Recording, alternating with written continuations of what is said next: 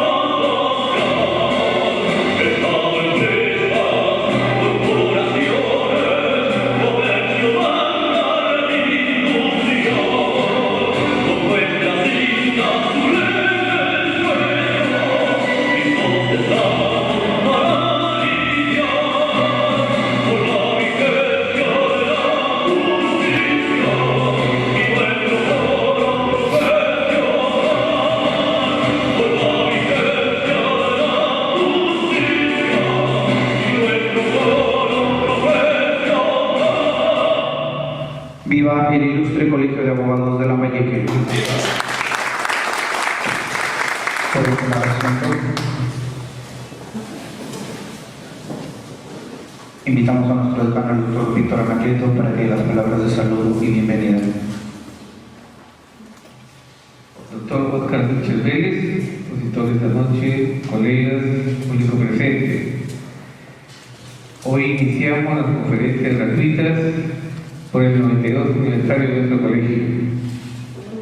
Y este es nuestro pedido de que traigamos a los colegas a estas conferencias, que son de primera orden, primera línea, con grandes expositores. Hoy día está el maestro Carlos Vélez, que es un colega que laboramos en la Universidad Pedro Rigayo. Él está ligado a los temas de laboratorio, del arte escénico, es un profesor de introducción al derecho en la Pedro Rigayo, un destacado profesor conocido por todos los chiclayanos. Y por eso es que motivo de satisfacción pues la presencia de un amigo, un colega y un especialista también en el derecho y en el laboratorio. Y voy a insistir en que el día de mañana también tenemos una conferencia del doctor Raúl Chanamehombre sobre derechos fundamentales y Tribunal Constitucional. El miércoles estará acá el doctor Fidel Rojas Vargas para el lavado de activos del delito contra la administración pública, y el viernes el doctor Juan Carlos Morón Linas sobre la propuesta de modificatoria de la ley 2744, ley de procedimiento administrativo general. Quisiéramos pues la asistencia de todos los colegas y voy a pedir a nuestra doctora Acevedo que lea la hoja de vida de nuestro expositor. Muchísimas gracias. El doctor Oscar Ramón Vilches Vélez es abogado, colegiado con número ICAL 941, licenciado en Lengua y Literatura. Tiene un posgrado en Educación Superior, capacitado en Artes Escénicas. Tiene un diplomado en Gestión Pública. Asimismo, director académico del Colegio Militar Elías Aguirre en 1987, director del Instituto Nacional de Cultura Departamental Lambayeque de 1990 a 1997, docente de la Universidad Particular de Chiclayo de 1991 a 1992, regidor de la Municipalidad Provincial de Chiclayo 1996 a 1998 y 1999 al 2002, catedrático principal a dedicación exclusiva de la Universidad Nacional Pedro Ruiz Gallo de Lambayeque, Facultad de Derecho y Ciencias Políticas, jefe de la Oficina del Servicio Civil y graduando de la Facultad de Derecho y Ciencias Políticas de la Universidad Nacional Pedro Ruiz Gallo, programa de CECIGLA del Ministerio de Justicia 2002-2006, jefe de la Oficina de Asuntos Pedagógicos, Facultad de Derecho y Ciencias Políticas de la Universidad Nacional Pedro Ruiz Gallo 2005, director de la Escuela Académica Profesional Facultad de Derecho y Ciencias Políticas de la Universidad Nacional Pedro Ruiz Gallo 2006, jefe de la Oficina del Centro de Investigación Facultad de Derecho y Ciencias Políticas de la misma Universidad Nacional Pedro Ruiz Gallo 2007, grado de Maestro en Gobernabilidad, Reforma del Estado y Descentralización. Ingresó a la Escuela de Posgrado en el primer puesto, asimismo acabando de la misma forma en el primer puesto. Miembro del Consejo de la Facultad de Derecho y Ciencias Políticas de la Universidad Nacional Pedro Ruiz Gallo 2009-2011. Director del Programa de Titulación Profesional Facultad de Derecho y Ciencias Políticas, Universidad Nacional Pedro Ruiz Gallo 2010, asesor externo de la Municipalidad de la Región Lambayeque, conferencista sobre temas municipales, culturales y oratoria persuasiva, candidato a decano a la Facultad de Derecho de la Universidad Nacional Pedro Ruiz Gallo 2011, sin embargo se declinó por motivos de salud. Obras publicadas tienen Derecho Municipal, Oratoria Persuasiva, Proyecto de Tesis, La Autonomía Municipal en el Desarrollo Socioeconómico de las Circunscripciones del Gobierno Provincial de Chiclayo, Crónicas de Vida, Poemarios de las Islas Amantes, Emergencia Redivivía, Testimonios Plaqueta, Testimonios Líricos 1. Los premios que ha obtenido el doctor Oscar Ramón Vilches Vélez son Medalla de la Cultura, Instituto Nacional de la Cultura, Diploma de Honor de la Ciudad de Chiclayo, Municipalidad Provincial de Chiclayo, Medalla de la Alianza Francesa de Chiclayo, Medalla del Museo Bruni de Lambayeque, Medalla de Oro de la Policía Nacional del Perú, Diploma de Honor de la Federación de Docentes de la Universidad Nacional Pedro Ruiz Gallo, Escudo de la Marina del Perú, Diploma de Honor Colegio Militar Elías Aguirre, reconocimientos honoríficos de instituciones públicas y privadas, Rotary Club de Chiclayo, Mesa Redonda Panamericana de Chiclayo, Ilustre Colegio de Abogados de Lambayeque, Corte Superior de Justicia de Lambayeque, Universidad Nacional Pedro Ruiz Gallo, Particular de Chiclayo, Asociación de Escritoras del Norte ADN, Facultad de Derecho de la Universidad Señor de Zipán, Escuela Superior de Música de Chiclayo, Municipalidad Provincial de Lambayeque y Ferreñafe, para quien pido un fuerte y merecido aplauso. Queremos invitar esta noche al doctor Oscar Ramón Vilches Vélez con el tema Importancia de la oratoria en el derecho. Fuerte las palabras nuevamente para él.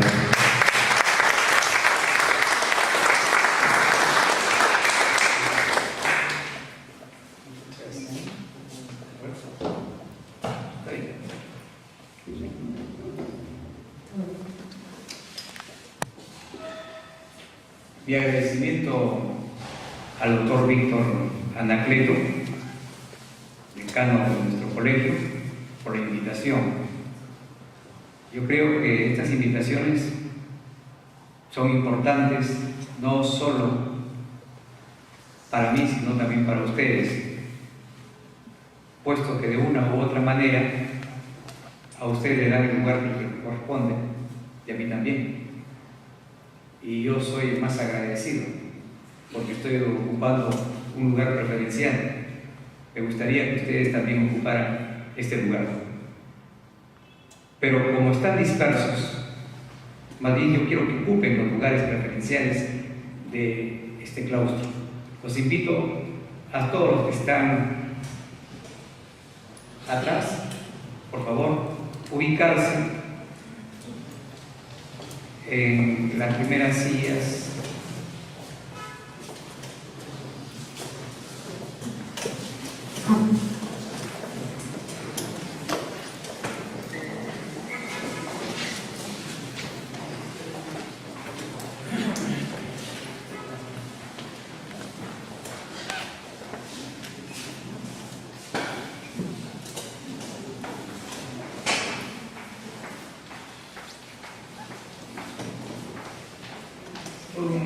una advertencia. Esta conferencia, así se ha denominado, la oratoria teoría versus derecho, tiene singular importancia para todos nosotros y para los que están fuera de este claustro. Oratoria es hablar, pero hablar bien. Conocen ustedes la definición clásica que es el arte de hablar bien frente al público. Eso lo conocemos desde que estudiamos la primaria y por ahí los profesores nos insinuaban que hay que hablar bien. Pero en un campus diferente, como es el nuestro, la profesión de abogado merece indudablemente adeptos de la oratoria, dilectantes de la oratoria, amantes de la oratoria, toda vez que el abogado, el profesional del foro jurídico, necesita de la palabra para poder persuadir, conmover y convencer, especialmente al tribunal, al juez o al receptor. Por lo tanto, esta forma de hablar con los matices más importantes que ya voy a señalar es lo que se denomina la oratoria. Muy bien, queremos lograr que nuestro patrocinado salga libre por determinado delito cometido o se le atenúe la pena, o que nuestro patrocinado tenga la asistencia de un abogado que con su palabra pueda conmover al auditorio, a la audiencia, y que la audiencia se manifieste a través de las vibras que surgen de su espíritu, de su corazón, de su conciencia. La audiencia no va a sentenciar. Quien va a sentenciar es el juez, es la sala, es el tribunal. Pero es necesario impresionar, si cabe la palabra, a la audiencia para que con su espíritu y sus signos de su alma pueda también colaborar para que el tribunal emita una sentencia acorde con lo que se solicita. Eso es fundamental. Entonces, la personalidad del abogado no solo está en el conocimiento de la ley, de la norma, del reglamento o de las piezas procesales que se han sumado al expediente, sino también en el conocimiento del hablar bien frente al público. Y para ello necesitamos pues toda una preparación sólida, intensa, gravitante en la postura que asuma el abogado en la defensa. La preparación no solo específica en cuanto al tema del derecho, sino una preparación general, ampliada, con una pista de ancha base, donde se levante el abogado y pueda tener la estatura, no solamente del conocimiento de la abogacía, sino también de la oratoria. Eso es fundamental. Y el primer renglón que debemos tener en cuenta, preparación. Y sobre esa base, sobre esa infraestructura cultural jurídica, va a construir su propio pedestal. Y ese pedestal humano, espiritual, psicológico, tiene que estar engrandecido por la palabra. Y la palabra, como diría José Camilo Sena, Premio Nobel de Literatura, ¿no? En la palabra habita el pensamiento. En la palabra habita el pensamiento. Las palabras son fundamentales para poder construir, edificar todo un edificio de ideas. ¿Y dónde está la palabra? La palabra está en los libros. La palabra está en los diccionarios. La palabra está en las conversaciones útiles. Las palabras están en la vida misma. Y de ese reciclaje de palabras se van a formular los pensamientos. Para nosotros, los pensamientos jurídicos legales o los pensamientos forenses. Echemos mano, entonces, de las palabras que están plasmadas en la bibliografía jurídico-legal, en las revistas, en los diccionarios. Y ahí tenemos los diccionarios, que pocos de los profesionales o de los alumnos los abren. Y aún están prestando, como dije en una oportunidad, los diccionarios del sobrino, del hermanito pequeño, el coquito o el juvenil.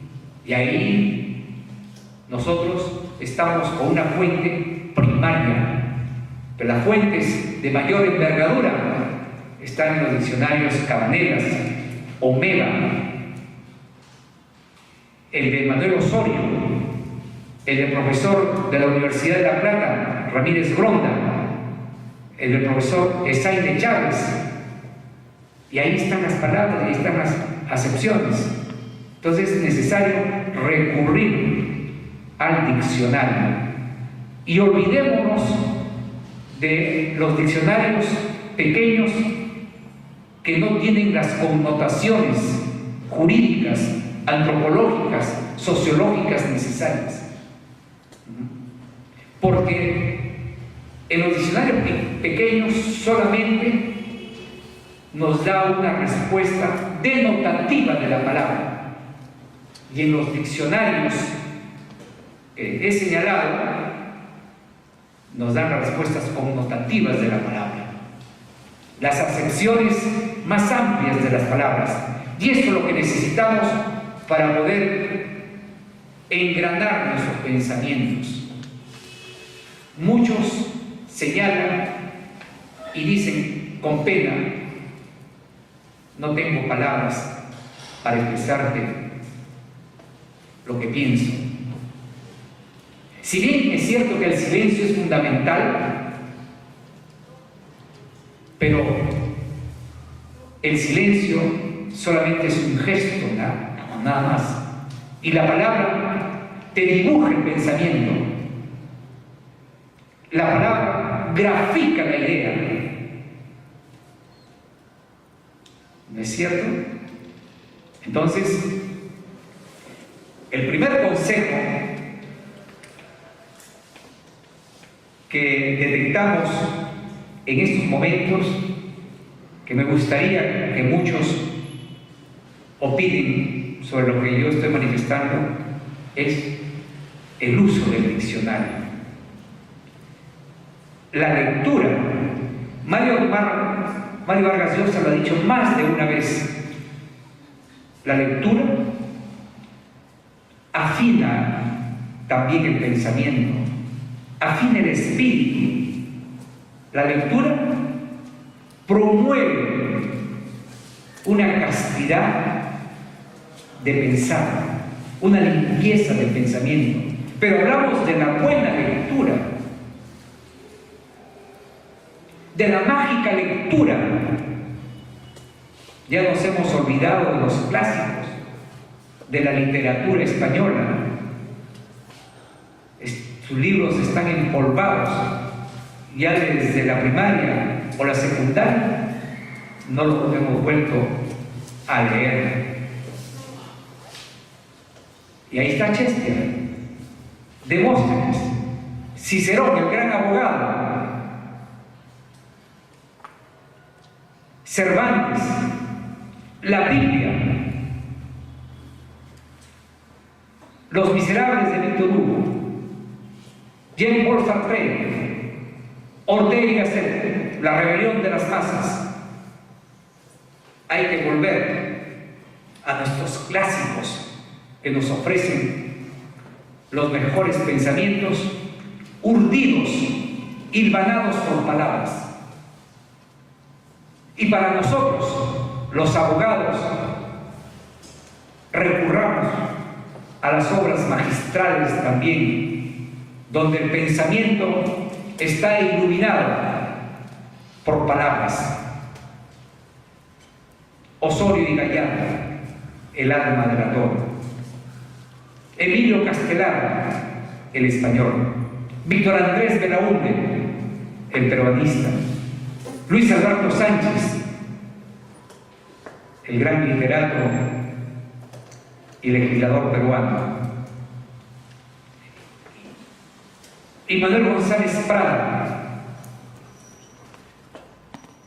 ¿Qué leemos ahora? Leemos obras jurídicas, de comentarios, de crítica, de apologías jurídicas, de defensa, que son interesantes, por supuesto, pero es una repetición de pensamientos.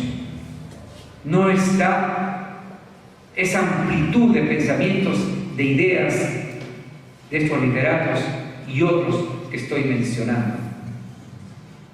Gabriel García Márquez. Entonces, el orador político, el orador forense, necesita de esa gama de literatura, de lecturas, no las lecturas informativas de los periódicos, salvo que sean periodistas de renombre, de nombres acuñados, por supuesto que sí, pero leer la industria, leer el Ciclón, el Popular, Perú 21, salvo el editorial, que es bueno, ¿no? El Comercio, con los artículos, la República también, pero más allá de esa información periodística, necesitamos contundencia en el estudio, ¿no?, de la palabra para forjar pensamientos generales o pensamientos jurídicos notables. Por lo tanto, ahí hay una zona errónea que debemos superar. El doctor Walter Dyer, en tus zonas erróneas, da a conocer una serie de técnicas audaces, pero sencillas, para dominar los esquemas erróneos de tu conducta. Y un esquema erróneo de nuestra conducta es el desconocimiento, pues, del término, del vocablo, rico, abundante, significativo. Y aparte de la palabra, que es la herramienta fundamental para forjar los más nobles pensamientos,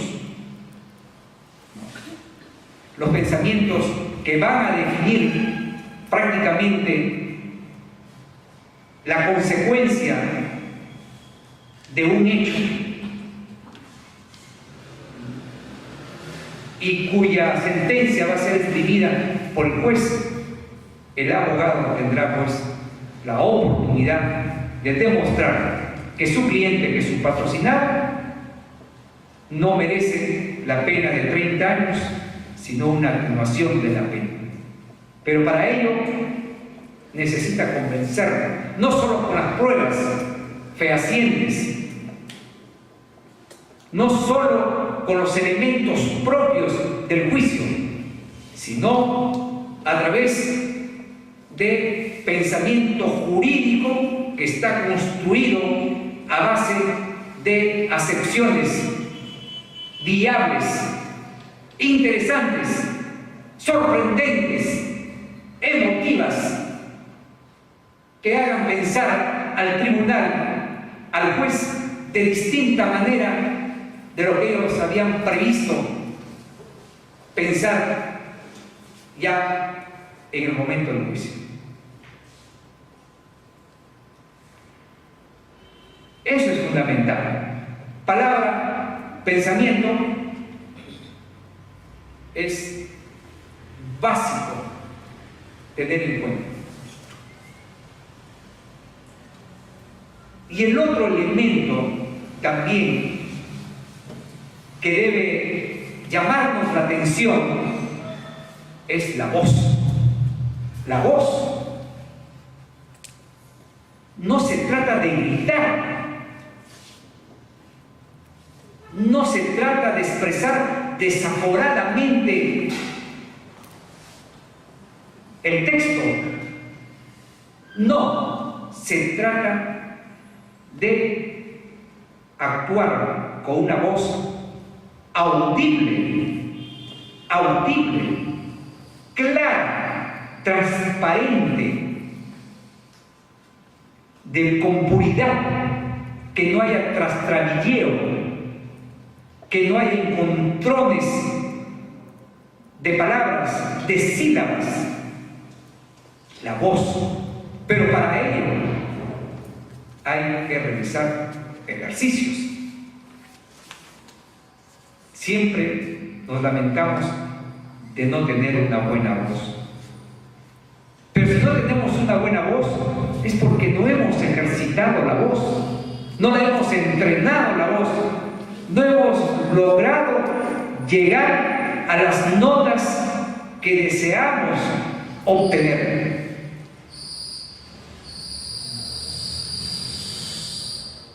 Me preguntaría, ¿y qué ejercicios?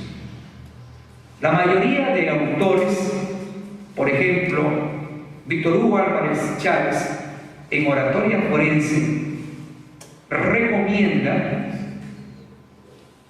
leer textos literarios en voz alta, no solamente para el conocimiento narrativo del texto literario o descriptivo o de determinada crónica, sino para obtener la voz que también contribuye a conmover al tribunal o al juzgador, la voz. ¿Y qué ejercicio recomienda Víctor Hugo Álvarez Chávez en Oratoria Forense?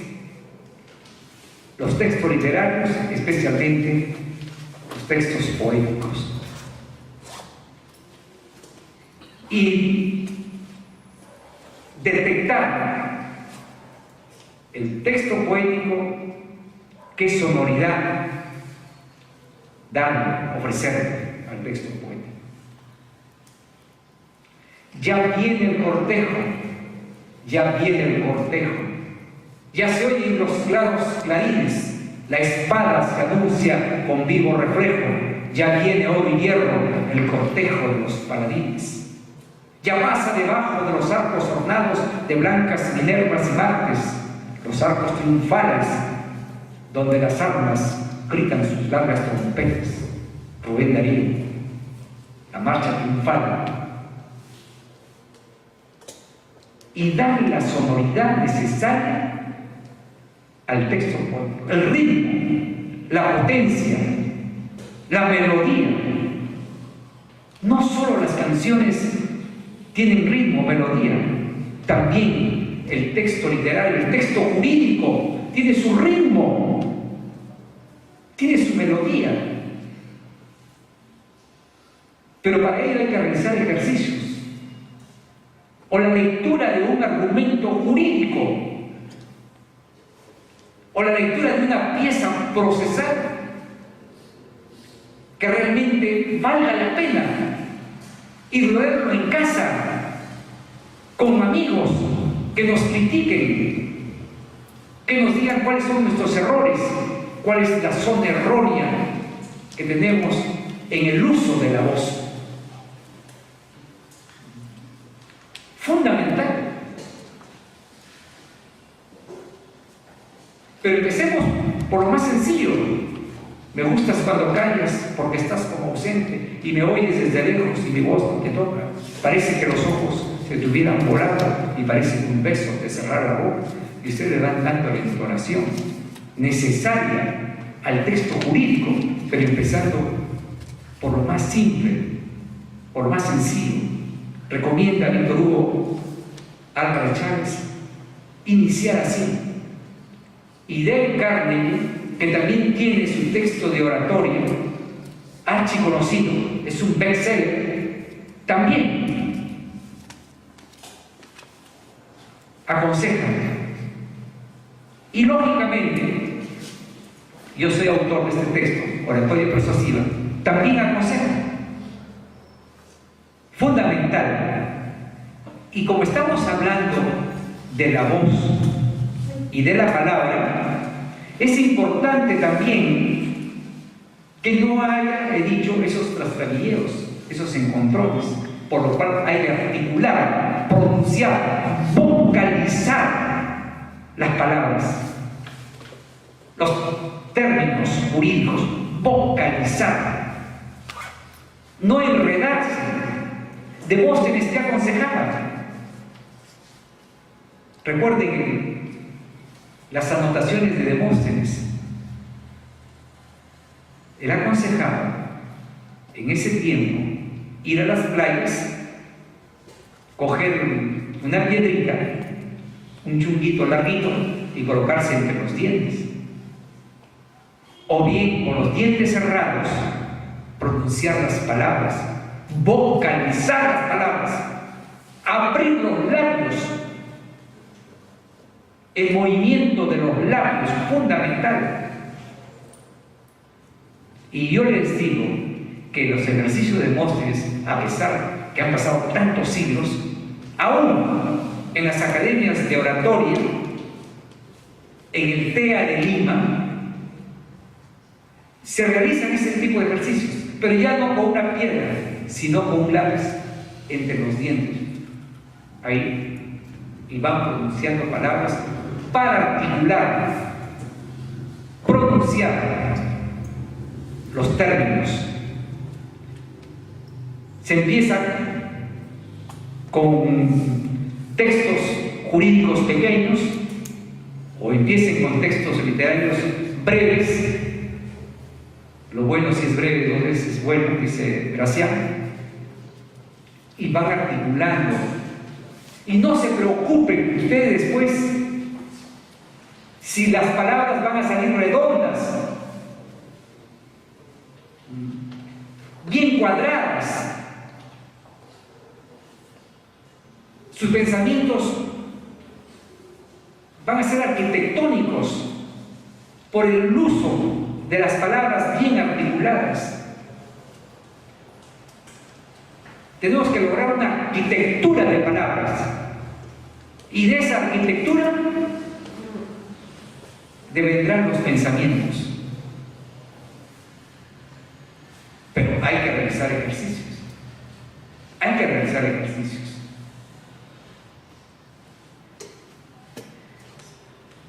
Que pierden el tiempo.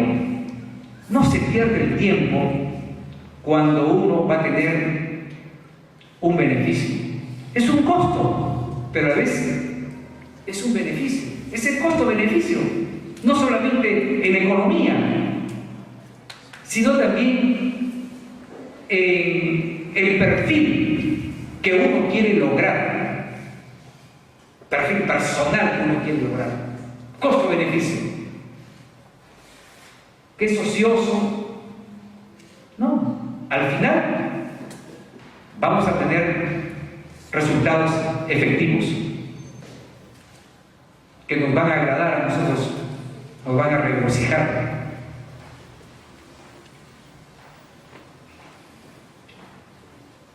Otro asunto que siempre es necesario acentuar, puntualizar, es la sinonimia. La sinonimia.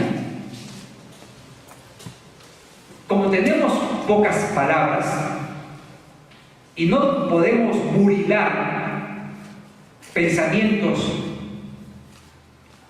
de rango preferencial, también tenemos que tener un soporte lingüístico, la sinonimia. Hay que ir al sinónimo. Y la sinonimia nos da una versatilidad, una plasticidad, una maleabilidad en el uso del lenguaje. No vamos a repetir a cada instante la misma palabra, porque tenemos en nuestro CPU y en nuestra esfera mental un sinnúmero de sinónimos. Ellos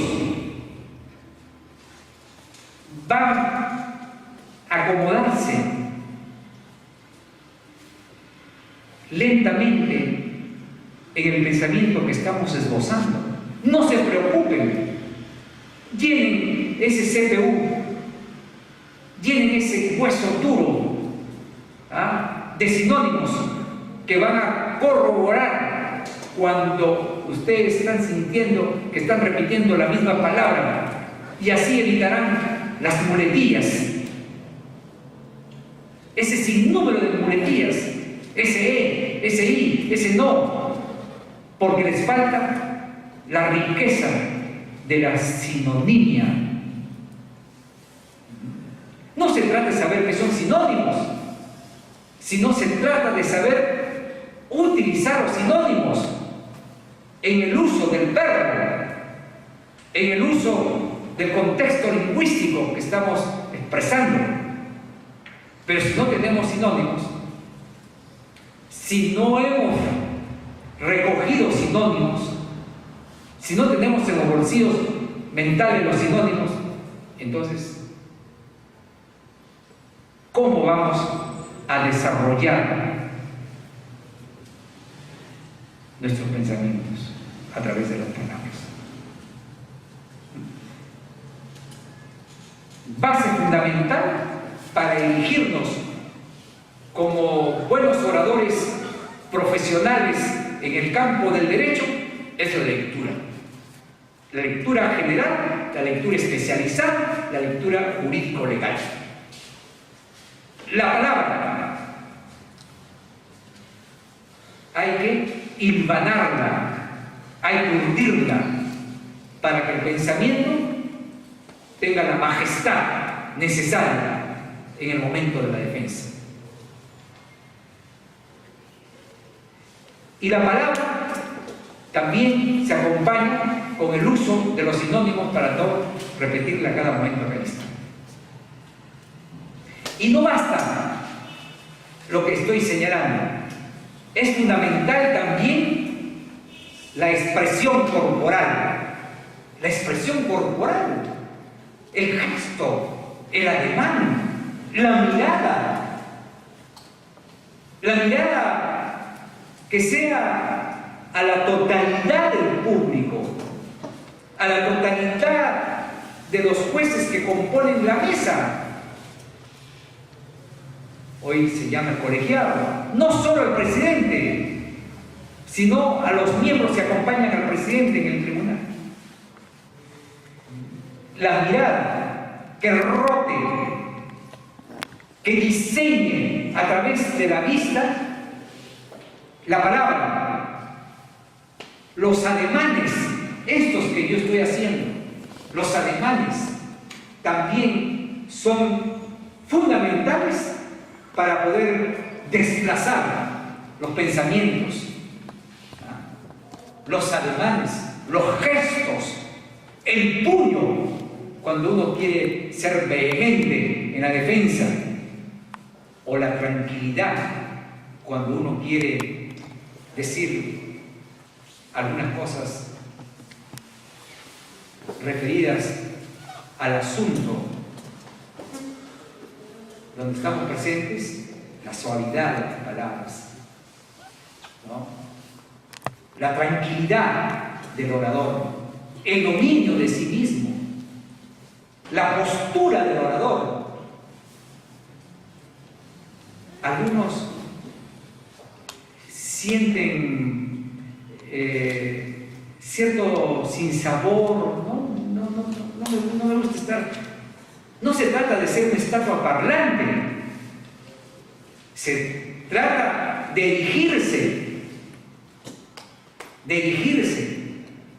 ¿no? Y la postura es fundamental. Los pies bien puestos sobre el escenario y las palabras que puedan desarrollarse, que puedan ser utilizadas constructivamente, los ademanes, los brazos. No se trata de ser un monoparlante, se trata de hacer uso de la expresión corporal. La expresión corporal, dice Ángel Majorana, el argentino, en su obra El arte de hablar en público, ¿no? La expresión corporal también es un elemento vital para poder persuadir y conmover al auditorio. En la expresión corporal estamos hablando. Ese mundis que estoy realizando a propósito, también hay que hacerlo en alguna oportunidad para observar si el público está atento, si el público está asimilando los conocimientos y si los jueces están atentos. El silencio es mutis. En la oratoria forense, como en la oratoria política, en la didáctica que se desarrolla en las aulas, los maestros también tienen ese elemento que es la oratoria para poder enseñar a los alumnos. Y si ellos supieran utilizar la oratoria didáctica, no es necesario que los alumnos se queden horas y horas estudiando la separata o el libro indicado. La oratoria didáctica, teniendo en cuenta todo lo que nosotros estamos indicando hasta el momento, y la oratoria forense para los jueces, para el abogado de la otra parte, para la audiencia, fundamental. ¿Y qué otro elemento gravitante para conseguir ese perfil de orador? Que permita que las palabras, los pensamientos, el texto se emita raudales, como si fuera un manantial de agua que corre rápidamente. No hay ninguna compuerta. La memoria, fundamental. ¿Y qué dice el autor de este libro sobre la memoria en la 8ª clase? Cicerón, en el epígrafe, dice: la memoria es el tesoro y el guardián de todas las cosas, en su obra La Oratoria, libro 1.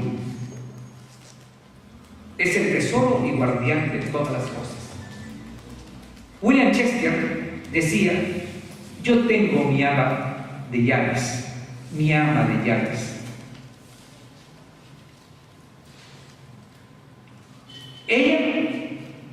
me entrega todo lo que necesito, todas las ideas, todas las palabras me entrega y nunca se olvida. William Shakespeare. Sobre la memoria. Lo tengo en la punta de la lengua. ¿Cuántas veces hemos dicho esa expresión? Puede ser vulgar. Lo tengo en la punta de la lengua. No recuerdo. Y la memoria, para un abogado, la memoria entrenada, vigorizada, sólida, enaltecida, es fundamental.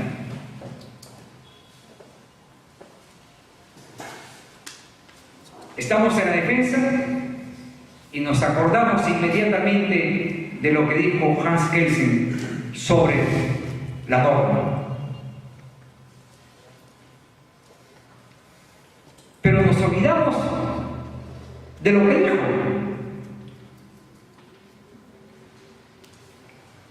O también nos olvidamos de lo que señaló en alguna oportunidad Eduardo García Maínez o Rudolf Steiner, cuando dice que el derecho es un querer entrelazante, autárquico e inviolable. O lo que señaló el premio Nobel 1956 José Ortega y Gasset en su obra Filosofía del Derecho. El derecho es la secreción espontánea del hombre y no puede ser otra cosa. Pero para poder recordar esos pensamientos hay que tener una memoria entrenada. Y hay ejercicios de entrenamiento de la memoria para el abogado. Y podemos empezar por adagios latinos jurídicos o por categorías jurídicas.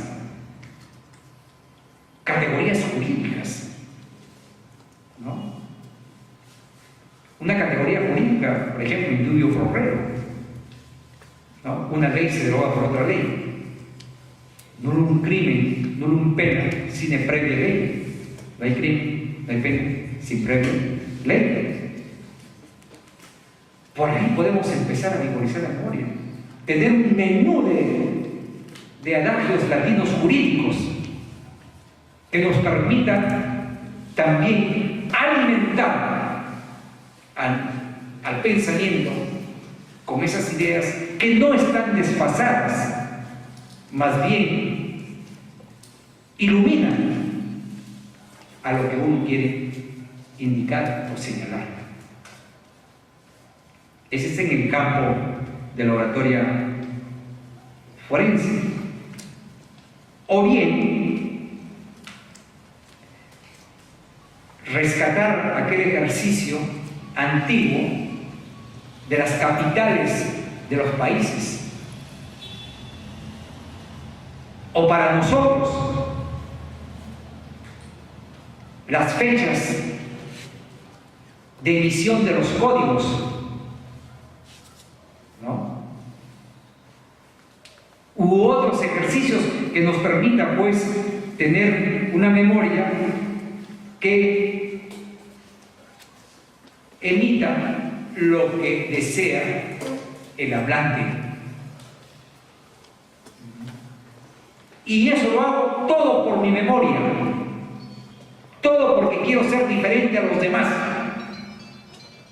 porque mi memoria va a ser un faro que en el momento más elocuente de mi pieza forense me va a iluminar. Cuando señaló Claude Pasquier la cita sobre el derecho, dice, es la ordenación social imperativa hacia la consecución de un gran fin, la justicia. Y eso es lo que queremos, señoras y señores, miembros del tribunal, conseguir la justicia en este caso. Entonces uno recuerda citas fundamentales, pero para ello, como he dicho más de una vez, la lectura de la doctrina jurídica en nuestro caso, lectura permanente, no el reglamento, no la ley, no los artículos del Código Penal o los artículos del Código Civil, que si bien es cierto, es el bagaje legal que debemos tener en cuenta, pero más allá de ese bagaje legal, tenemos que tener, ¿no?, un almacén de estos elementos o instrumentos que yo estoy señalando. Y para ello hay que tener una buena memoria, para citas célebres, para pensamientos grandilocuentes, para los adagios latinos, o la pieza procesal que estamos desarrollando no va a tener el lustre necesario. Y el lustre que va a tener esa evidencia del pensamiento que está defendiendo a un patrocinado tiene que tener ciertas coloraciones, cierto color. Y el color, el pensamiento célebre, la cita, el adagio y otros elementos lingüísticos fundamentales. Ojo, vigorizar la memoria. No basta el conocimiento de la ley, de la norma. Es muy frío ese conocimiento.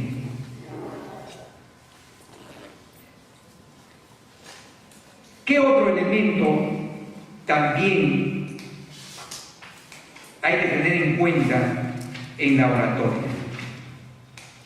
Fundamental. La elocuencia. La elocuencia. Elocuencia fundamental. Podemos ser lógicos, coherentes, pero más de un abogado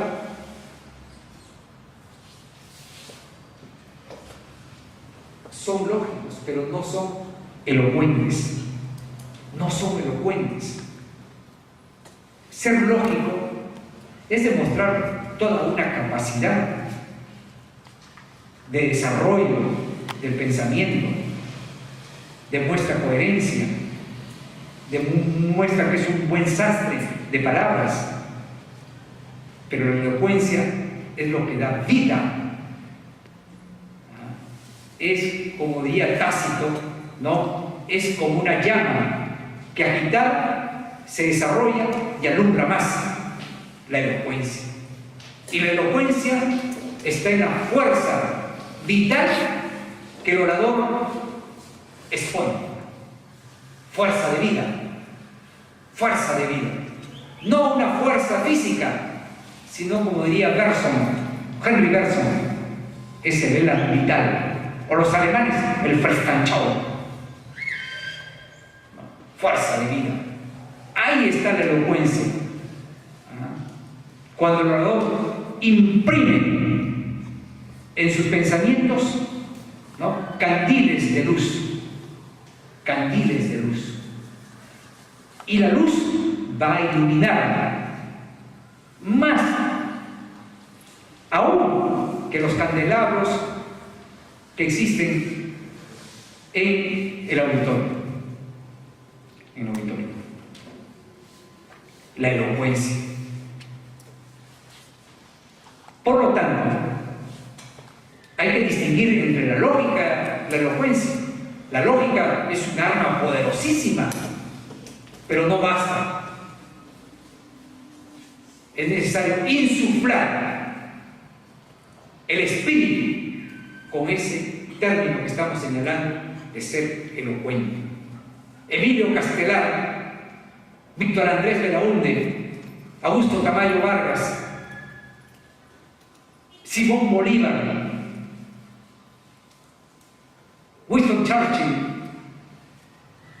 el mismo Napoleón Bonaparte, Cicerón, Quintiliano, Bossuet, Vélez Arfield, el abogado, Ángel Osorio y Gallardo, el autor del Alma de la Toga, han sido elocuentes. Y son abogados, han sido elocuentes, con una elocuencia prudente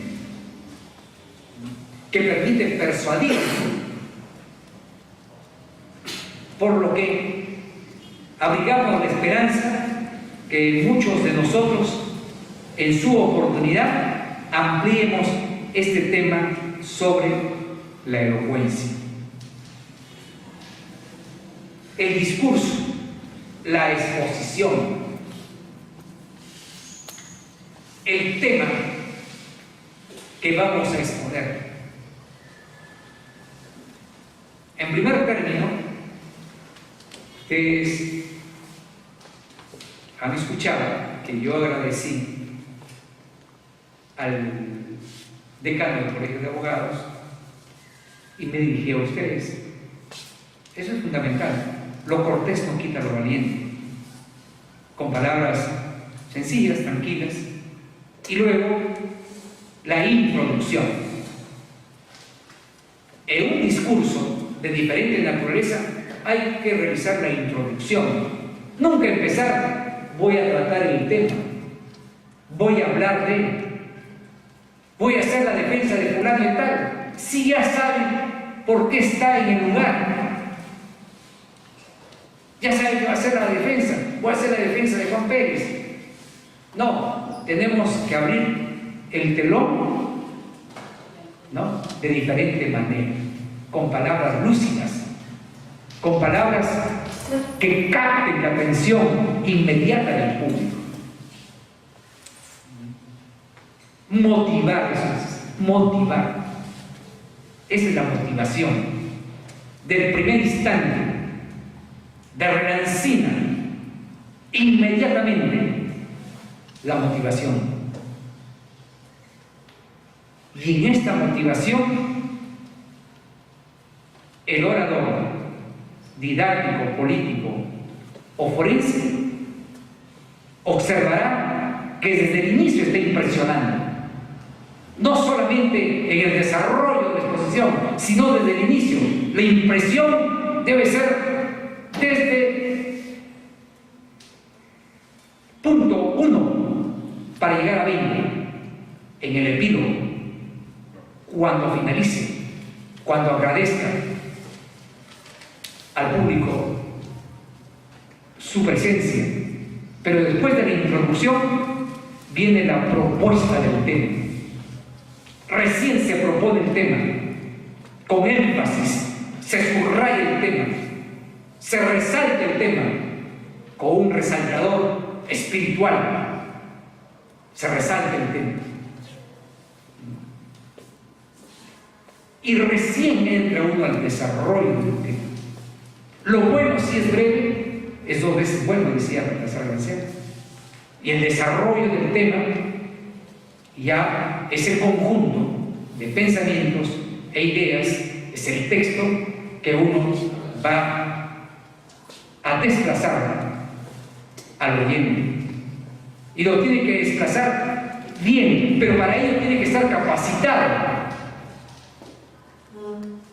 Tiene que tener todos los elementos cognitivos para desplazar, sin equivocaciones de ninguna naturaleza, sin errores. Entonces, fundamental el desarrollo. Para recapitular, la recapitulación ya viene a ser la parte de los cuartos de final. La recapitulación, la parte de los cuartos de final. donde se sintetiza todo el conjunto de ideas que se han desarrollado, para luego finalizar con el corolario, con el epílogo, agradeciendo que cuán beneficioso ha sido para el expositor estar con ustedes. ¿Ven ustedes? Ahí hay una serie de partes fundamentales de un discurso que nosotros debemos tener en cuenta.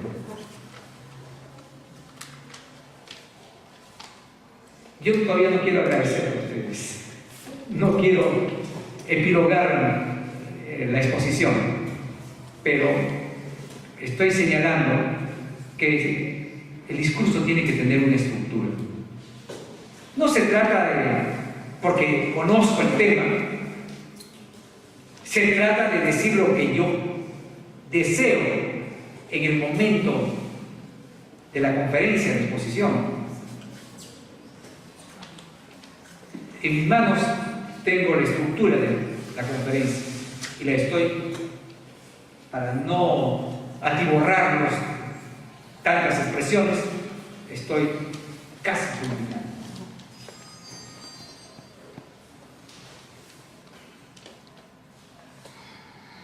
Como no he culminado todavía, yo quisiera que tengan ustedes la oportunidad de actuar también.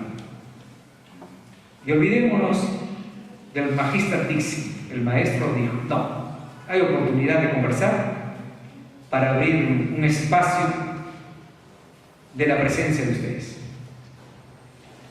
Todavía no culmino, no hagan eso, ¿ya? Listo. Entonces, el espacio de ustedes, el tiempo de ustedes, la actuación de ustedes ahora.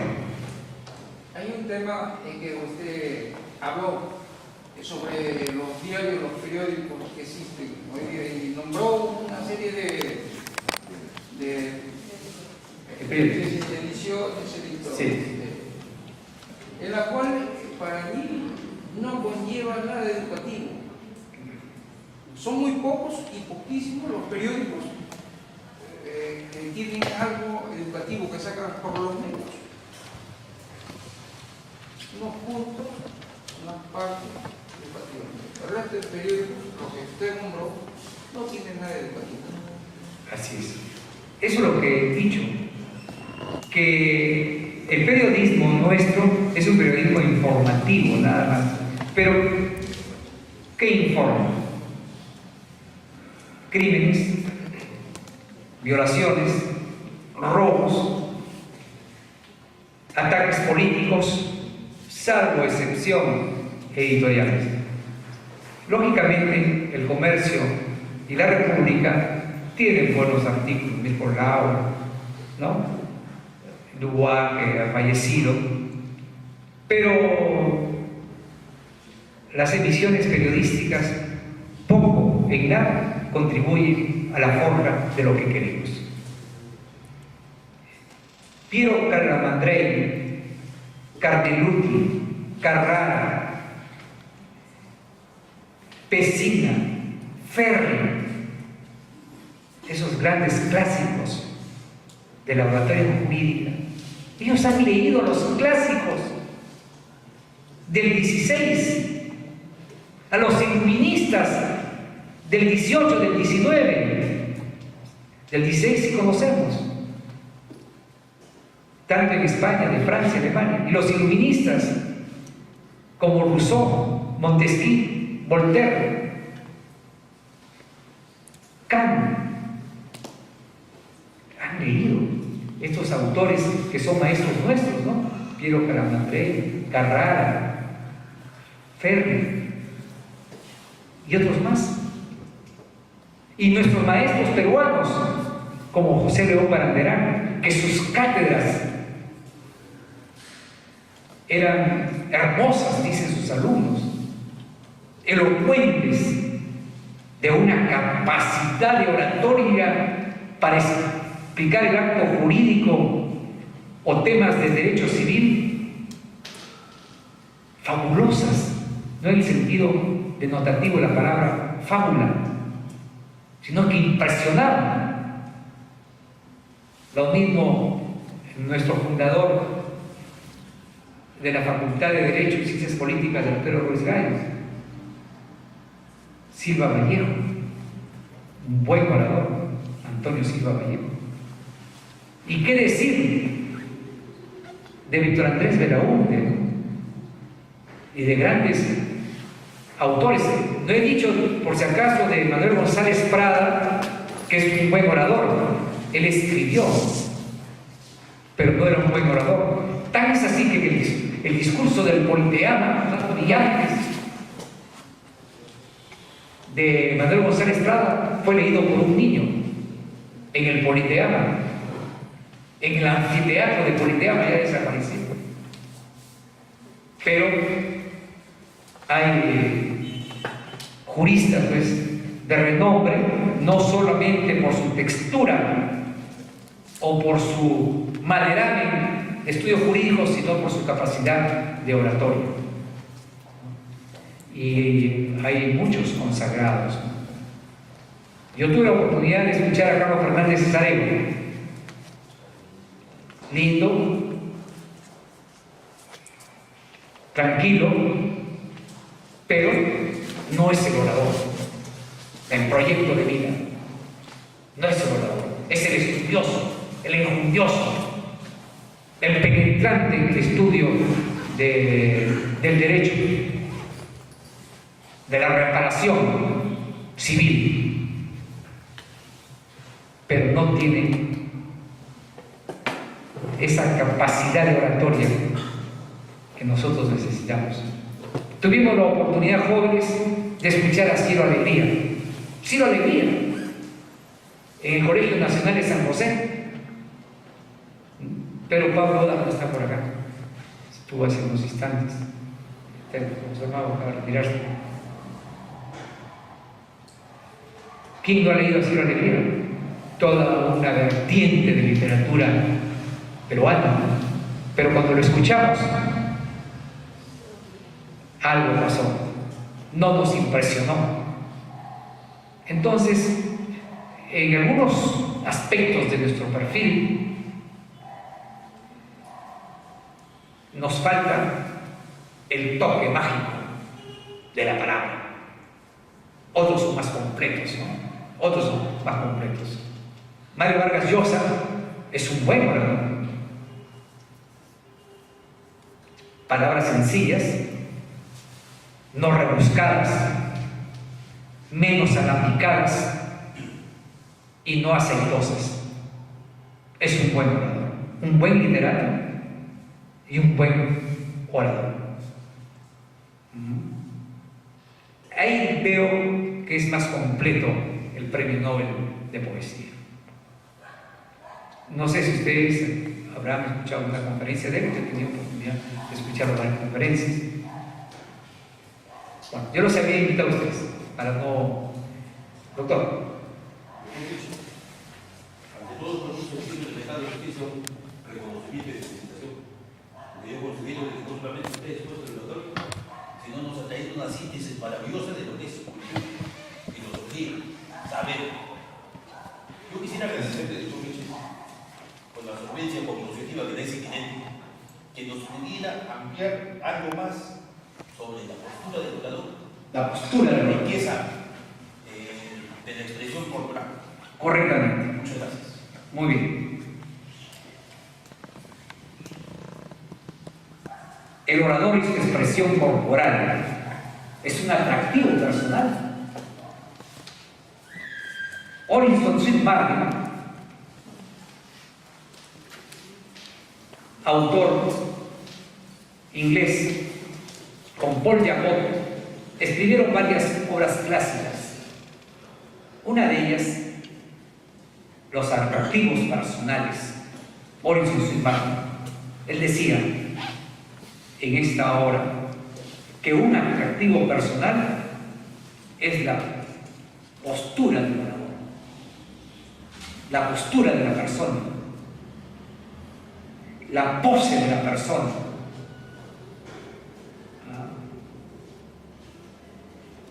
Espaldas hacia atrás, mirada al público, el gesto, la palabra que va diseñando, la voz que va diseñando la palabra.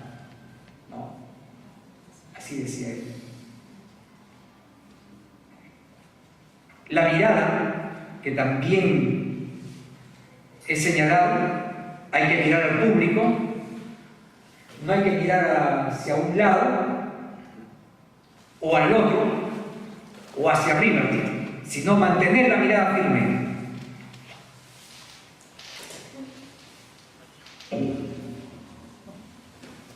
En un párrafo yo señalo lo siguiente: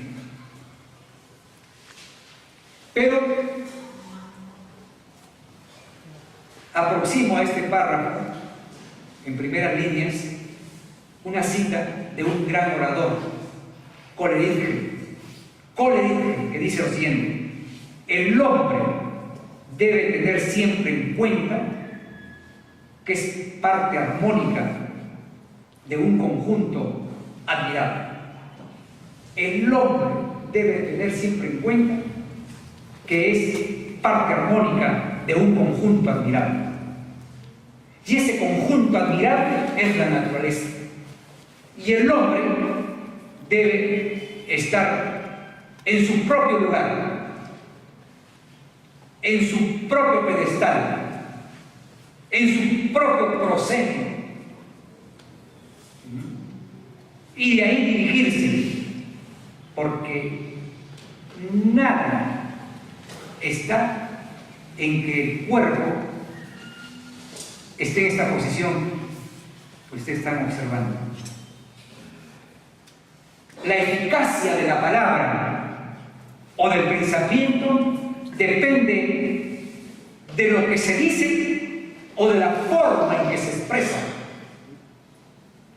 La eficacia de la palabra depende tanto de lo que se dice como de la forma que se expresa.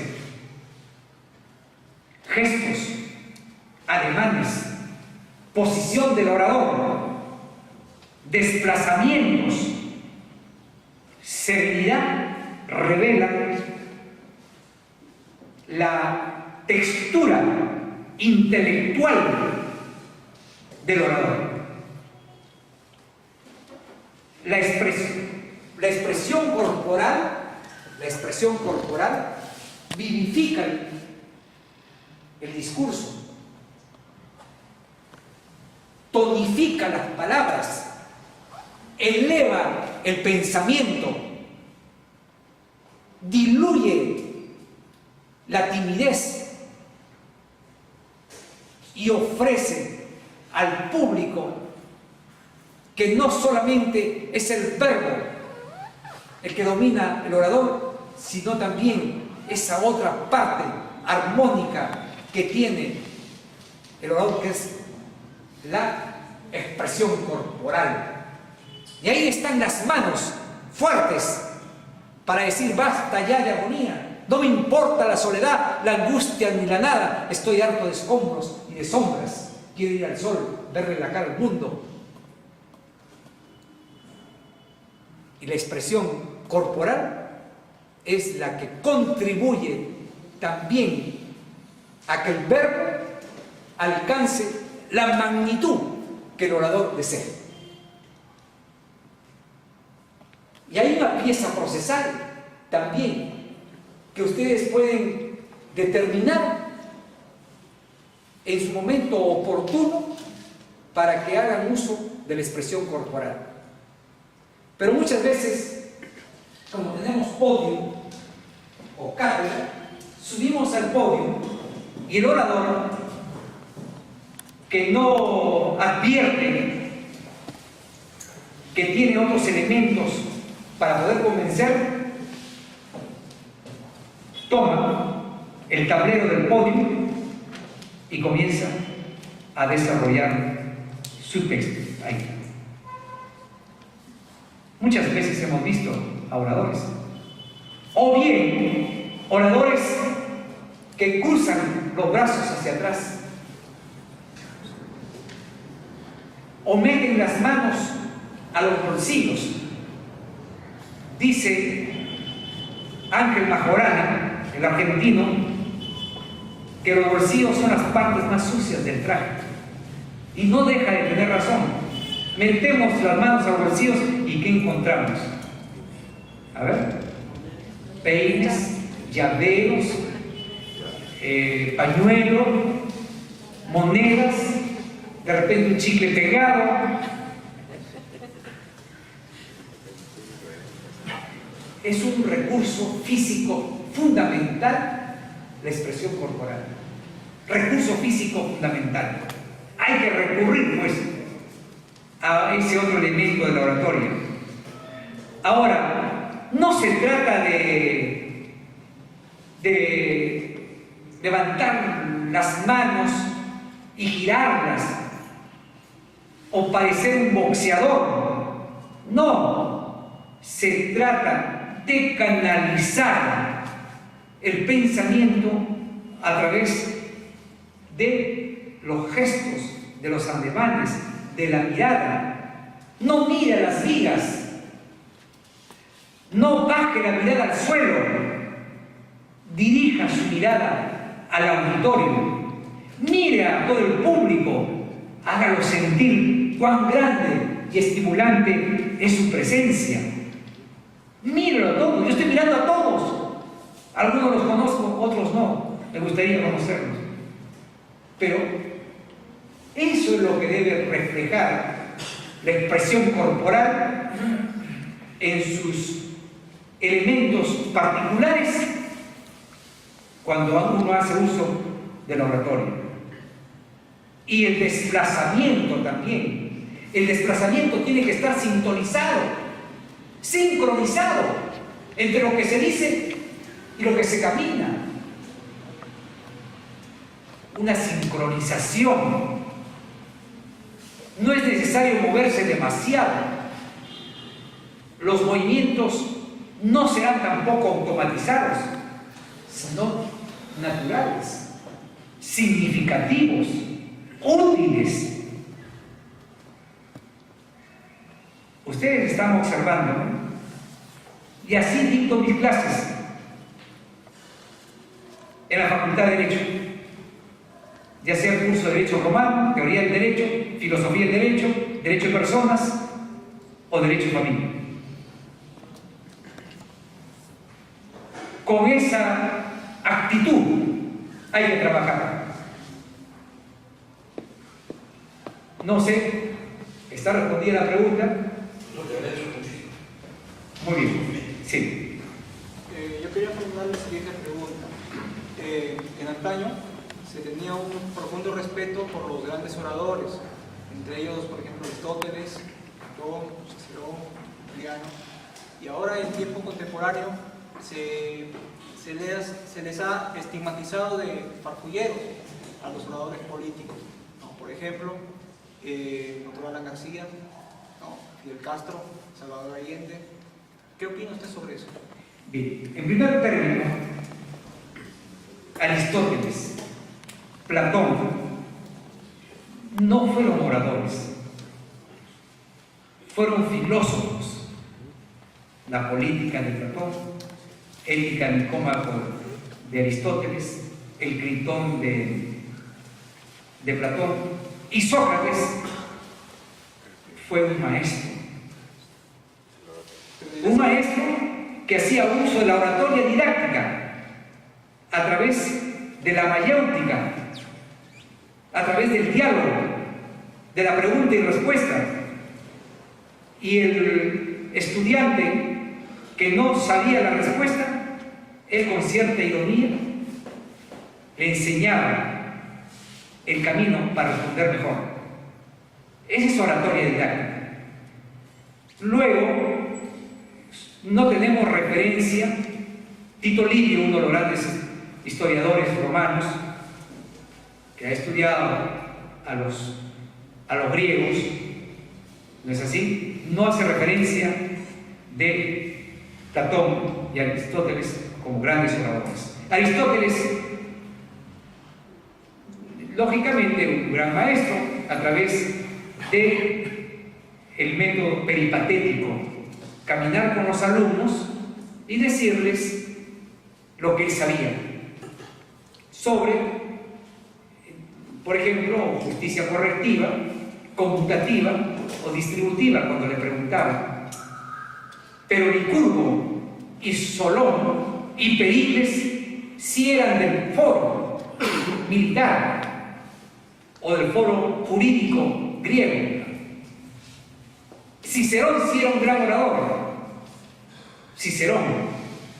Entonces, de los clásicos que estamos hablando, Alan García, me está señalando usted, ¿no?, como Toledo y otros políticos, son oradores, pero oradores que hacen abuso de la oratoria para poder engañar, ¿ya?, para obtener el voto, porque uno de los elementos fundamentales de la oratoria es la verdad. ¿No es así? Los abogados queremos demostrar la verdad acerca que mi patrocinado no cometió el delito. La verdad. Entonces son buenos oradores, pero oradores electorales, oradores para conseguir el voto, oradores para pregonar, entre comillas, su doctrina. Que tienen el nivel de oradores, indudablemente que sí, pero ojalá que sean oradores que busquen el bienestar. 2 periodos a la García y continuamos con el 27% de pobreza. Continuamos con 300.000 enfermos de esquizofrenia. El domingo pasado en Cuarto Poder hemos escuchado 300.000 enfermos de esquizofrenia. ¿Y dónde están los oradores políticos del legislativo, del poder ejecutivo? 300.000. Me llamó la atención. Y ninguno de los legisladores, ni menos el presidente, y por supuesto los ministros correspondientes de Justicia o del MINSA, hacen algo por esta gente desplazada, ¿no? Para Alan García, seguro, diría, son ciudadanos de segunda categoría, tal y conforme calificó a los de Abra. Pero no está el dirigente, ¿no?, el parlamentario, el estadista, como Abraham Lincoln, por ejemplo. Abraham Lincoln. Y ya que usted ha enfilado esa pregunta para que yo le responda, Abraham Lincoln, uno de los presidentes más maravillosos que ha tenido Estados Unidos y que lamentablemente ha pasado a la historia clásica, pero debe pasar permanentemente como un presidente, ¿no?, que sirvió a su comunidad y que fue ejemplo. Y precisamente de Abraham Lincoln tengo una preciosa lectura que, si usted ha preguntado, me lo permite. Yo sé que la audiencia... Ya, muy bien. Esto no lo tenía preparado, porque yo le dije, tengo una estructura de mi tema, pero ya la pregunta me permite buscar esta lectura inmediatamente. Lincoln. Se le ha comparado a Lincoln con Kennedy. Hay una comparación entre ellos como los presidentes más importantes que ha tenido la historia norteamericana, ¿no? Abraham Lincoln Fue hijo de carpinteros, en primer término, se dedicó a la carpintería, luego estudió abogacía y logró tener un bufete muy connotado en el lugar donde vivió su juventud. Él tenía una cualidad muy importante, de eso se trata la lectura, la estoy buscando, de leer en voz alta. Leer en voz alta. ¿Por qué? Porque él decía que leer en voz alta no solamente permite captar el sonido audible de las palabras, sino también verlas. Y mi memoria, dice Abraham Lincoln, es como un pedazo de acero que cuando graba un texto es difícil de ¿qué? De olvidar, de borrar el texto. ¿No es así? Bueno, esa es la lectura de Abraham Lincoln. Que hay una referencia en este texto, y Lincoln, como presidente de los Estados Unidos, ha pronunciado los discursos más célebres. Un periodista le preguntó a Lincoln: doctor, abogado, en un auditorio majestuoso, había concluido de hablar sobre política del Estado, políticas públicas, y un periodista le dijo: doctor, ¿usted podría hablar al público sobre temas no solo de política del Estado, sino sobre temas de abogacía? Y el público estaba atento a que respondiera. Lincoln, abogado. Lincoln, necesito tiempo. Yo necesito tiempo para preparar un discurso. ¿Y cuánto tiempo? Repregunta Lincoln: el tiempo que ustedes me ofrecen para dar un discurso, un segundo discurso, 45 minutos, le dice el periodista. No, si es un discurso de 45 minutos, un mes necesito para prepararlo. Y si es un discurso de 5 minutos, ahorita mismo. ¿Se dan cuenta? La paradoja. Un discurso de 45 minutos, él necesitaba un mes para prepararlo. Pero un discurso de 5 minutos, ahora mismo. ¿Ven ustedes esa paradoja? Los discursos hay que prepararlos. El abogado no va a ir directamente al foro a defender a su patrocinado sin tener el texto jurídico legal de la defensa. Y muchos abogados, creyendo ser sabiondos, trascendían en el foro. Hay que preparar la pieza procesal, fundamentalmente. Entonces, de eso se trata. Y los políticos que nosotros conocemos ya sabemos hacia dónde van, qué es lo que quieren del público. Y como saben qué es lo que quiere del público, verán lo que quieren. Eso es lo que necesitan. ¿Se podría decir entonces que ellos hacen coquetería con la oratoria? ¿Los políticos? O sea, es decir, usan, Son oradores coquetos, ¿no? Porque la oratoria es una disciplina, es un arte, es una magnitud del conocimiento. Entonces no hay que abusar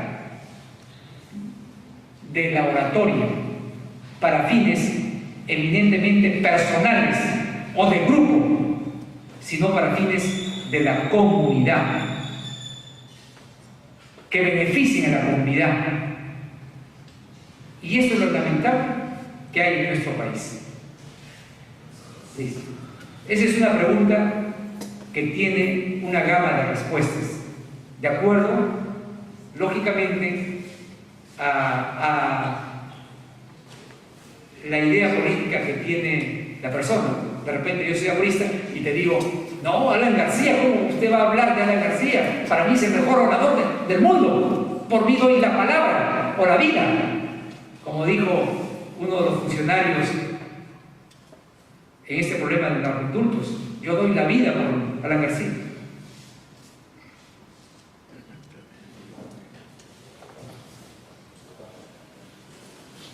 Alan. Te agradezco por su disertación bastante didáctica y quería formularle dos preguntas relacionadas con el tema que expuesto esta noche. Para referirme a Demóstenes, ese gran orador político de la antigüedad que está catalogado como el paradigma de los hombres que se han esforzado.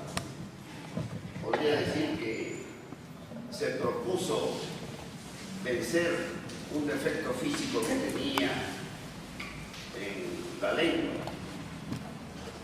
Es un ejemplo de superación, porque la historia nos dice que siendo él tartamudo y teniendo una voz muy baja, todas las mañanas se iba a la orilla del mar poniéndose unas piedrecillas debajo de la lengua y en voz estentoria él simulaba dirigirse al pueblo y simulaba dar unos discursos con los que arengaba en ese entonces pues a los políticos griegos de ese entonces. No sé qué podría decirme al respecto. Yo mencioné a Demóstenes y usted ha contribuido a esa historia de Demóstenes. Realmente Demóstenes fue tartamudo y realizaba ejercicios de vocalización, pronunciación y articulación de las palabras a orillas del mar Egeo. Y cogía los chunguitos largos y se los colocaba entre dientes. Y trataba de pronunciar, articular bien las palabras. Y después de una ejercitación de mucho tiempo, regresa a la academia griega y pronuncia los discursos más célebres que se hayan conocido. Superó ese defecto a través de ejercicios de articulación, pronunciación. Ahora no vamos a las orillas de la playa. He dicho que podemos coger un lápiz, colocarlo entre dientes y pronunciar un discurso o un texto poético. ¿No es así? Entre dientes. Y uno va pronunciando, ¿no? Ahí. Hay golpes en la vida tan fuertes, yo no sé, golpes como el odio de Dios, como si ante ellos la resaca de todos los sufridos. Uno va ejercitando la lengua, ¿no? Va ejercitando la lengua, va moviendo los labios con más fuerza, porque los labios y la lengua son los que pintan las palabras. La voz sale de la garganta, de la glotis, pero pintan las palabras, le dan fervor a las palabras el movimiento de los labios y de la lengua. Y ahí está Demóstenes como ejemplo paradigmático para continuar con esa ejercitación que él desarrolló por mucho tiempo.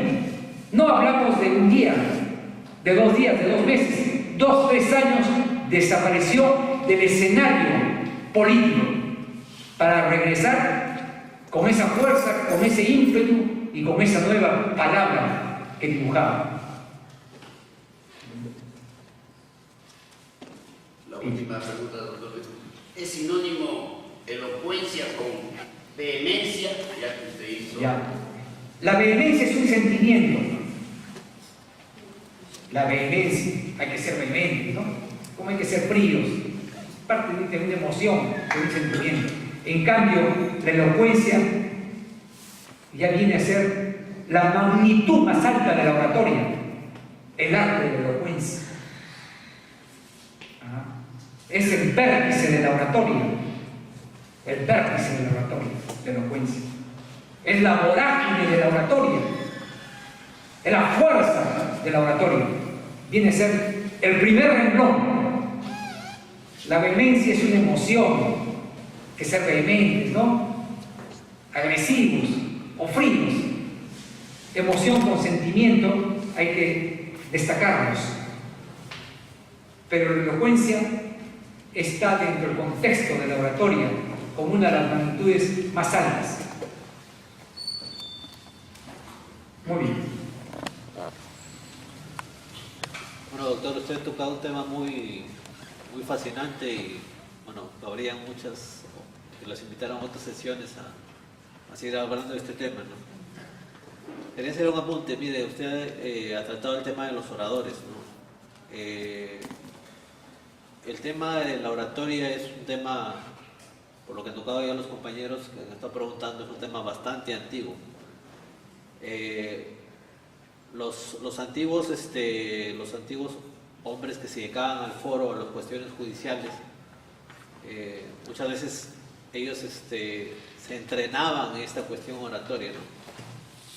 Que falta muchas veces en las escuelas de derecho ahora, ¿no?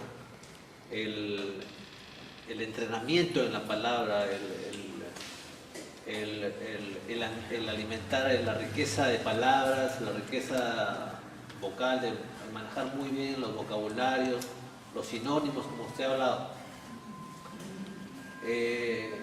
Mire, hay un libro del historiador Tácito, que es muy conocido, el diálogo de los oradores. Es un libro de la época del siglo I, de Roma. Sí, Tácito, y él hablaba, claro, entonces él hablaba de cómo en el libro se trata de cómo se debía definir al orador en sí. Y él es muy partidario en ese punto de Cicerón, al tratar de que el orador no solamente debe conocer la norma, o en esa época que se hacía el derecho civil, que él era el único derecho conocido en aquella época, ¿no? Sino que también debía ser entrenado en la cuestión de la gramática, en el manejo de las palabras, en la filosofía, en la literatura, e incluso en la poesía, como usted estaba hablando, muy importante, ¿no?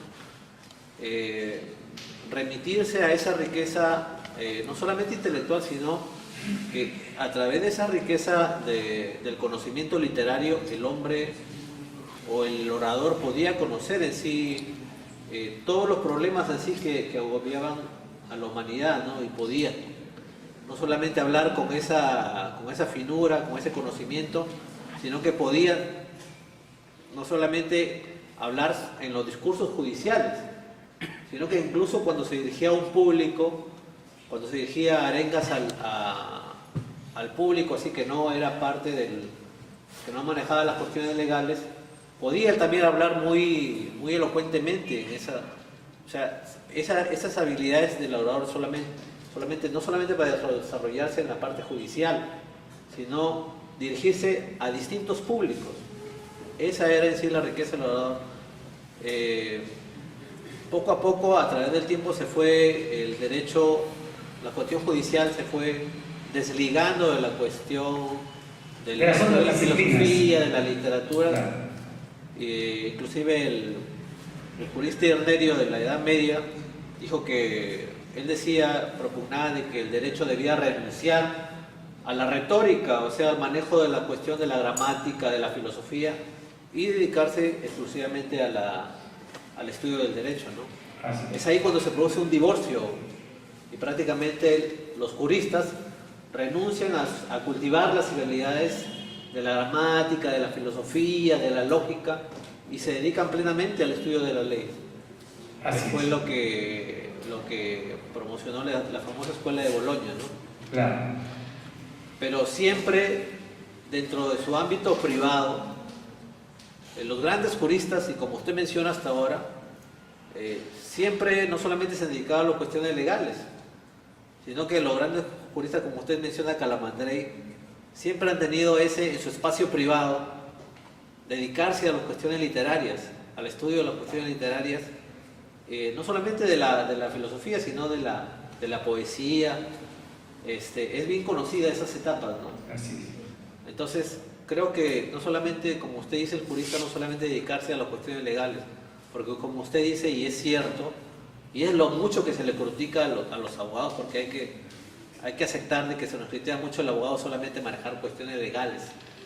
Y a veces dicen, el abogado no sabe nada, solamente sabe de sus leyes, ¿no?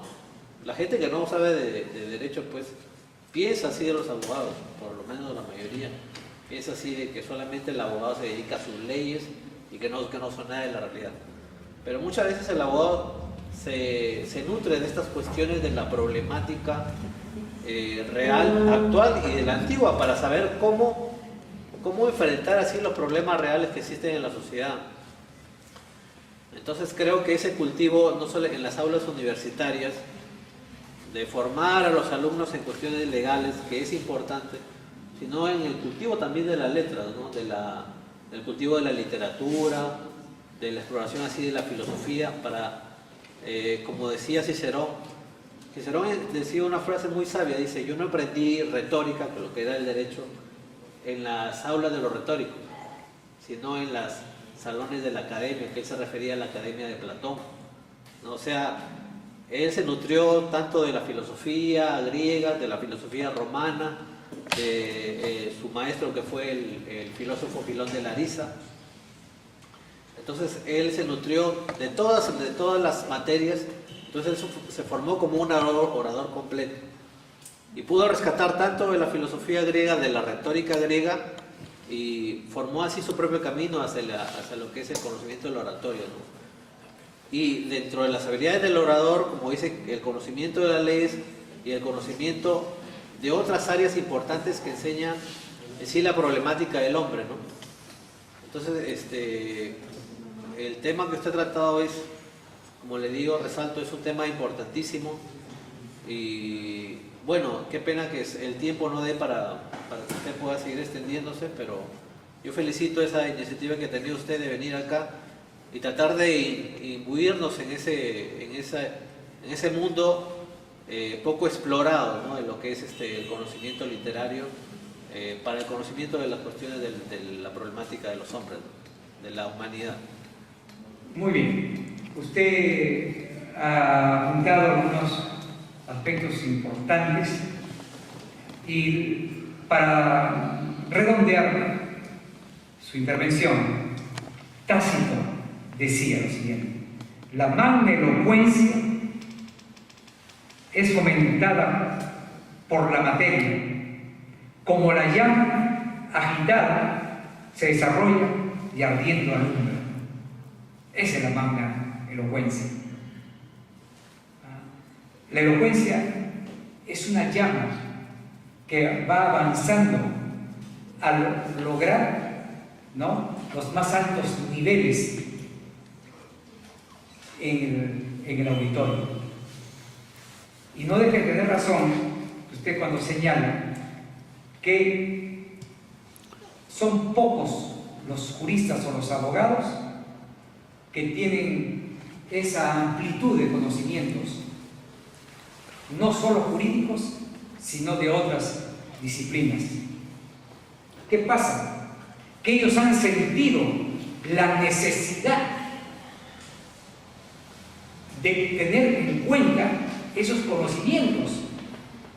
Golmis, por ejemplo, de la filosofía del derecho; Piero Calamandrei, Ferri, Carrara, de la literatura clásica italiana y francesa. Y no olvidemos que uno de los grandes oradores que tuvo todo un bagaje de conocimientos es el autor precisamente del Alma de la Toga, Miguel Ángel Osorio y Gallardo. Y uno de los grandes juristas considerado en Iberoamérica como paladín del conocimiento, no solamente jurídico legal, es Manuel Osorio y Florín. autor del Diccionario de Ciencias Jurídicas y Políticas y otra monumental obra, conocida por todos ustedes, 24 tomos. Estoy hablando del Diccionario Homero, de Osorio y Florín, que radicó en Argentina después del desplazamiento de España a la parte austral de la Argentina, en el conflicto de la guerra civil. Franco, ¿no?, desplazó a grandes intelectuales. Uno de ellos es este que estamos mencionando. Muy bien, yo les agradezco enormemente vuestra presencia y me voy regocijado porque ustedes me han escuchado, he sentido su espíritu en el mío y recíprocamente. Eso es fundamental. Me iría descontento si no, señor decano, hubiese tenido un auditorio sin atención esmerada. Pero ha sido un auditorio con atención esmerada. Inclusive no bastan las preguntas para sentir cuán importante es el auditorio, ya sea de 10, de 20 o de 30 personas. Eso es fundamental, porque el orador también debe saber captar las vibras del receptor, saber qué es lo que está pensando el receptor, saber qué es lo que está pensando el tribunal, qué es lo que está pensando el presidente de la sala, o el juez, o el abogado de otra parte. No solamente desarrolla su tema, su discurso, sino está atento a todo el escenario, a todos los protagonistas del escenario.